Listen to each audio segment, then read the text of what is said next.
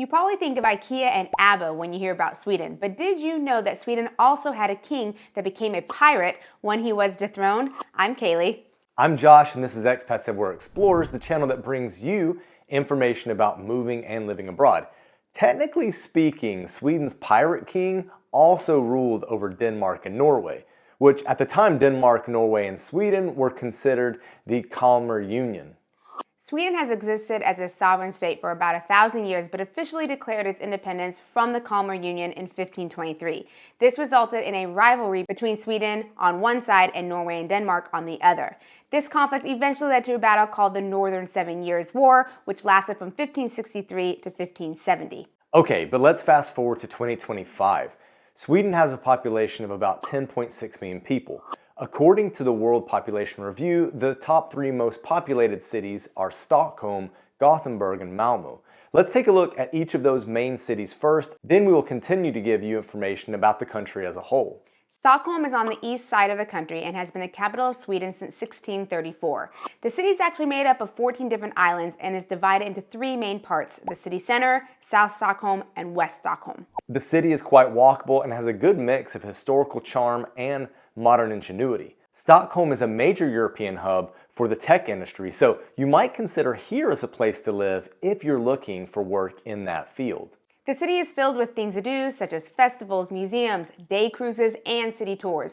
You can find some amazing music concerts, which are usually in the summer. The summers can get pretty warm, averaging around 59 degrees Fahrenheit for the low and 77 degrees for the high. But you can expect the winters to get pretty cold, averaging from -7 degrees for the low and 26 degrees for the high. Sweden as a whole gets around 20 to 30 inches of rain and snow each year. The southwest gets more, about 39 to 47 inches, and in some northern mountain spots it can get around 79 inches. Let's move from Stockholm to Gothenburg because it's located in the southwest of the country as well. And since we're talking about rain, it actually is one of the rainiest cities in Sweden. So if you're planning to move here, expect rain. During the winter, temperatures can drop as low as 23 degrees Fahrenheit, but it tends to stay around 32. The summer months often reach 77 degrees Fahrenheit, but can sometimes get up to 86 degrees. Gothenburg is the second largest city in Sweden and is known for being the birthplace of Volvo cars. So this might be a place to move to if you're in that industry and you want to work for Volvos, or if you love Volvos. But it's not all about Volvos here. Gothenburg has plenty of its own music festivals and museums. The city is filled with beautiful Dutch-style canals and green boulevards. If you're a seafood lover, then Gothenburg might be for you. If you head south of Gothenburg, at the very tip of Sweden, you'll find the city of Malmo. One interesting thing about the city is that you can take a train that lasts less than an hour to Copenhagen in Denmark. So it's really well connected if you need to commute or want to easily get over to Copenhagen. Malmo actually used to be part of Denmark until it became Swedish in 1658. As you explore the possibility of Malmo as a place to live, one important thing to be aware of is that the crime rate tends to be higher, especially compared to other Swedish cities. Another thing to keep in mind is that while Europe tends to be pretty safe regarding terrorist attacks, Sweden's terrorism threat levels have been on the rise, although it doesn't compare to other more targeted countries such as France, for example. Again, just keep this in mind as you consider visiting or living in Sweden. As a result, the Swedish government has increased the threat level from elevated to high and has led the government to create new strategies to prevent attacks. Other recent updates in the government concerns the immigration policies. All right, we'll get back to immigration in a minute after telling you a bit more about Sweden's third largest city, Malmo. For those of you that are into football or soccer lovers, you'll be delighted to know that Zlatan Ibrahimovic was born here. He's even had his own statue here. Malmo has a growing food culture and is a mix of old world charm with a modern cosmopolitan feel. Since Malmo is at the very south of Sweden, you can expect the summers to be a bit warmer compared to the rest of the country. In the summer, the temperatures can reach up to 82, 86 degrees Fahrenheit, and in the winter, the temperatures can drop as low as -4. All right, so that gives you a quick taste of the bigger cities around Sweden, but there are definitely other options if you're looking for something a little quieter and with more space. Just think about the weather and the connectivity as you explore smaller cities and towns. Now let's talk about immigration updates. Sweden is set to implement stricter citizenship requirements by June 1st, 2026. These changes mean those wanting Swedish citizenship will need to live here for 8 years now instead of 5 years before they can apply for citizenship. Other requirements for citizenship are passing a language test and showing you understand how Swedish society works. On top of that, you'll need to prove you're earning a living in a legal and responsible way. If you're planning to stay here short term, then the typical Schengen visa rules apply for stays up to 90 days. Non-EU EEA citizens require a residence permit for stays longer than 90 days. As for work permits, you'll need a valid passport and an employee contract, among a few other requirements. Yep, Sweden is one of the few European countries that still has a monarchy, but whoever's on throne has a little bit more of a symbolic or ceremonial role and doesn't really have any political power. The government is actually run by elected officials, such as the Prime Minister. The current king, Carl XVI, Gustav, has been on the throne since 1973. Whoa, that is a long time. Okay, but let's move on to more practical aspects of living in Sweden. Before we can discuss the different costs of living, you should know that while Sweden is part of the EU, it uses its own currency, the krona, instead of the euro. So just for reference, 1 euro would be equal to about 10 Swedish krona, and 1 US dollar would be a little less than 10 krona. Let's talk about some of the daily costs of living in Sweden. You can find a decent meal at an inexpensive restaurant for less than $15, and a 3-course meal for 2 people at a mid-range restaurant will cost around $85.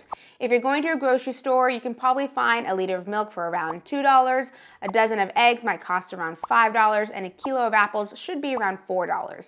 As of 2025, Sweden is considered to be the 15th most expensive country in Europe, and this is definitely reflected in the general cost of living. The estimated monthly cost for a family of 4 is around $4,000, and that's without rent. The estimated cost of a single person is around $1,000 without rent. Now, of course, it depends on the area you decide to live in, but on average, you should be able to find a 1-bedroom apartment in the city centers of most of the cities for around $1,000 per month, and a 3-bedroom apartment in the city centers for around $1,500. As you move further and further away from the city centers, the prices will, of course, go down. Stockholm is a little different though. Being the capital, it's the most expensive city in Sweden, and so you can definitely expect the rent prices to go up significantly from there.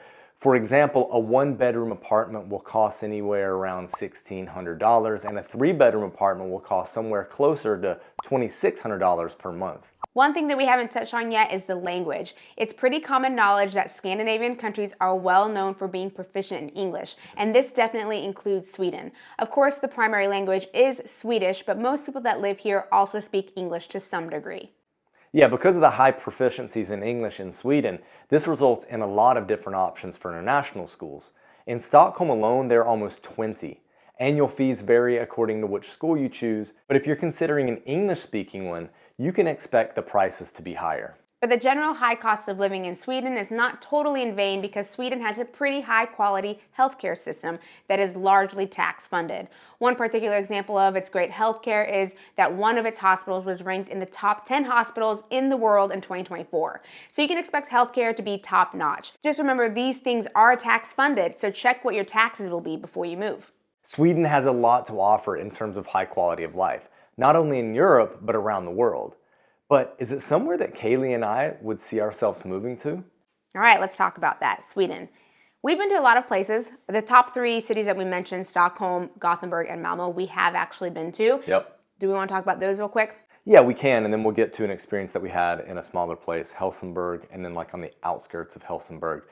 So full disclosure, we have a Swedish friend, so that's definitely helped. Excuse the bias a little bit? Well, I mean, I think it's helped us understand Sweden a bit more because when we've traveled there, we've actually met up with him. So a few different times. Yeah, right? a few different times. Now, the first time that we visited Sweden, we didn't know this guy yet. So we were just kind of going in blankly, blindly. Mm-hmm. What are your thoughts on the big 3? Well, I do like how, all the cities are a little different, I suppose. Stockholm is big. It feels like a capital city. Yeah. Gothenburg, second largest city, feels a little more manageable, especially as far as like second cities go in Europe. Yeah. It is a lot more manageable than some of the other second cities in different European countries. And then Malmo, it feels a lot smaller. The thing that concerns me about Malmo is it is known to be, safety. Dangerous. Yeah. So it's okay. I think I would lean more towards like Stockholm or Gothenburg. I do like Stockholm as a city. I think it's beautiful. I really like the architecture. I think that's pretty. I do like that it is a nice big city. The biggest thing for me though is weather. Oh gosh. I don't know if I could make it through those winters. It gets cold. Yeah, I think it's a bit gray as well, at least on a couple of our visits and just kind of what we know in general. Yeah, if you've read The Girl with the Dragon Tattoo, right? So, okay, in my impressions when we first visited Sweden 14, almost 15 years ago, Malmo was already having some issues in terms of crime, and you could feel that. Granted, we didn't see anything, but just seeing the crime stats rise, for me, something's going on. Yeah. And that's not a great place. Did love the whole Zlatan Ibrahimovic connection. Yep. Big fan of his. The statue gets vandalized often. Unfortunately. Yeah. So talking about Gothenburg, I felt like that was a really nice, manageable city. Like you said, it's a good second city for those people that love second cities, which we're becoming much more like that. Okay. Then moving to Stockholm, what a fascinating city. I think it's one that is definitely great to visit. Living there could be nice. It's just, it depends on, can you balance the amount that you earn with how much the actual cost of living is? Because I think that you could live a very nice life there, but you have to be earning a decent amount. I think you have to ask yourself what kind of lifestyle you want to live. I think it's good for those who like the cold, who want to escape the heat, those who like the snow, maybe a bit more outdoorsy, because, okay, you can live in Stockholm, which is going to be a city, but it's very easy to get into some beautiful outdoor areas. So I guess, you know, if you're a beach person, then maybe it's not the place for you, but you have to ask yourself, what kind of life I want. Yeah. Now, moving to Helsingborg, we visited Helsingborg. The weather wasn't great when we were there. It was winter, so we battled a bit of rain. Not so bad. I mean, you know, like I can put up with that for a couple of days when I'm traveling, although it's much better to travel to a place and get to know a place when the weather's not pelting you with rain. When it's not raining, because you can at least walk a city, right? You can walk a lot and really get to feel the city. When it's raining, I mean, you can walk in the rain, but it's not the most ideal way of doing it. Exactly. Now, if you're talking about like that rainy cafe vibe, it definitely puts that vibe or energy off, which is nice. Like it was nice to kind of sit around and have a hot cup of coffee and just talk and chat with people and whatnot. But maybe Helsingborg is a bit small for people that want a lot to do. Yeah. Like I've kind of felt like that. We basically walked it in a day, and our friend was like, "That's Helsingborg," you know, and it was like we walked it intermittently throughout the day, stopping running at from the cafes rain. and stuff. Yeah. Well, and we did catch. It didn't rain the whole time, so it wasn't like a blanket rain. So like we could get out when it was, you know, it was still cold though, but it wasn't raining, and we could explore like along the water and everything. But yeah, at one point I think we were the only crazy ones at the playground, the outdoor playground by the water, because Sia wanted to play, but it was so cold. Yeah, if you're new here, we have a 5-year-old daughter, so we oftentimes end up at playgrounds whenever we're traveling because, you know, she's got to get her exercise in too. Yeah. So, the cold was definitely a thing. And I think you would need a car as well. I mean, at least in Helsingborg. I think if you're in Stockholm, it would be different. Public transportation would be okay. But if you're thinking of a smaller city within Sweden, you're probably going to want a car because maybe you're not living right down where everything is. You're living on the outskirts. I'm going to disagree with that. I think you might want a car. I don't know if you'll need one. There's public transportation, plus a lot of people use bikes. Bikes, that is true. But, I mean, you have to be a biker then. Like, you have to be okay with biking everywhere. And then what does that look like in the winter?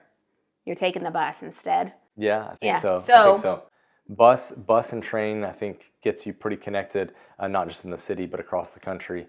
They're pretty friendly about bringing your bike onto a train, so that's sorted. Yeah, so you could live in the suburbs without a car, but it depends on if you want to. My biggest surprise in our visits that we've made to Sweden has been actually how much I've enjoyed the food. Like, you don't hear much about Swedish food. No, the meatballs? I mean, you hear about Which, like what's at that's actually IKEA. a thing, but that is actually a thing. They do good meatballs. That is a thing places. It is, and then you also have like the salad bars, I guess, and it's not just like lettuce salad, but it's like other types of salads. That's like generally included in the meal. You just go and get your, or you pay a little extra depending on the restaurant, but like you just go up to the salad bar and get your own stuff. Exactly. At a nice restaurant, not like at a buffet. Yeah. I think for those that like to maybe to drink and are used to like the prices that you get here in Southern Europe, we live in Portugal, but even in Spain and Italy and whatnot, maybe Italy's, it's rising a bit. Sweden is much more expensive. Yeah, definitely. Right? Right. So that's a bit of a downer for those that, like to drink a lot. Yeah, or just socially, like just thinking about in your budget what that looks like socially. Yeah. I mean, hopefully you're moving there with a job, right? Yeah, which is possible. And then There's a lot of the opportunities. wages are higher. I think maybe for like your remote workers, it could be more challenging. Certainly if you're moving as a remote worker from North America over, maybe your wages with the cost of living would be like pretty similar to what you're moving from in North America. Yeah, so if your end game is to move to, if your end game is to move somewhere to save money, then and you're coming from North America, then Sweden might not be the place. But if your end game is to experience a different culture, a Scandinavian culture, be in the outdoors a bit more, you like the cold weather, then that could work. Yeah. I think, our impression of Scandinavian people, or at least Swedish people, has been slightly skewed because of our connection to Victor, where whenever we've met people, it's mainly been like with him, through him. Yeah. And then when we've met people at restaurants and cafes and whatnot, I'd say less than half have been Swedish. They've been from somewhere else. So in general, my impressions of Swedish people is a little more reserved, nice, but reserved, more private, I guess. Yeah, but nice once you get to know them, and once you start talking, or even like with the server when you start talking, like still nice, but yeah, maybe more reserved and quiet. And they all seem like fairly well put together, at least like in professional services and whatnot. Yeah. Like going into a hotel, going into something like hospitality related, they seem to be like put together and professional. And now speaking of talking to the Swedish, obviously we're doing it in English because, whoa, the language. Crazy. I think Swedish sounds crazy. Like, not crazy, sounds really difficult. Not like, like, oh, you guys are crazy because you speak that. But like to me, I'm like, whoa, there's a lot going on there. I don't understand any of it. Yeah, I mean, like we had our friend read a couple words because we knew that like it would have an interesting pronunciation. But some of the sounds that related to the letters like made no sense. We all had a good laugh about that. And we were like, say that again? Yeah, we're like, what? And he's like, I know. Like, obviously being proficient in English, he's like, I know it doesn't make sense. But yeah, it is an interesting language. Yeah. All right, so I think we've gotten to that time that we like to call, would you expat that? And it's the question that I ask Kalie and myself whenever we visit a place and we make a video for you. The question is, would you expat that? So would you want to live in Sweden for, I don't know, a couple years, whatnot? I would say no, and really it's the cold that scares me away. I know that it's very pleasant in the summer, but I don't know, which I would like that part, but I don't know if I would like the winters enough to want to live there. I think it's a good place to visit, lots of cool things to do, but no, I would not want to expat that. And you? This is a tough one. I'll say no, but this is a tough one because I do really like certain aspects of Sweden. I agree with you on the cold bit. I think it would be a place that would be interesting to try for like a year, but I think I would go into it with a very kind of temporary mentality. Be like, yeah, I can do a year. But we've made moves like that. We've made moves where it's like we're going to try this out for a year, kind of knowing that we're going to be moving the following year. But I think that kind of encapsulates expatting a place.